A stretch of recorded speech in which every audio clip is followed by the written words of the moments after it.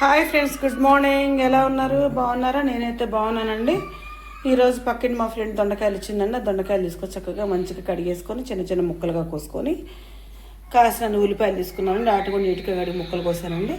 కాసిన పచ్చిమిరకాయలు ముక్కలు, కాస్తంత కరివేపాకు, కాసిన అన్ని వెల్లిగబ్బాలు చక్కగా బాండి పెట్టేసానండి. నూనె కాగిన తర్వాత చక్కగా ఫస్ట్గా ఉల్లిపాయలు పచ్చిమిరకాయలు వేసేసుకుందామండి. వేసుకున్న తర్వాత ఈ వెల్లిపాయ కరివేపాకు వేసుకుందామండి. కూర స్టార్ట్ చేసేసుకుందాం. నూనె కాగిందండి. ఫస్ట్గా వెల్లిపాయలు వేస్తున్నానండి.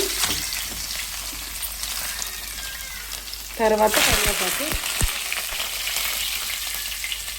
తర్వాత పచ్చిమిర్చి,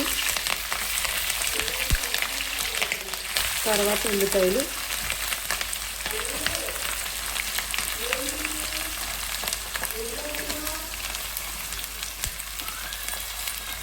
ముక్కలన్నీ వేసేసుకున్నాం కదండి. ఇప్పుడు సన్న మంట మీద వేగనిచ్చుకుందామండి. ఇదిగోండి నూనె కాగింది కదండి. చక్కగా ఉల్లిపాయలు, పచ్చిమిరకాయలు, కరివేపాకు, వెల్లిపాయ చక్కగా వేసి నూనె కాగిన తర్వాత చక్కగా తాలింపు చేసేస్తున్నానండి. చక్కగా ఎర్ర వేగిన తర్వాత ముక్కలు వేసుకుందామండి.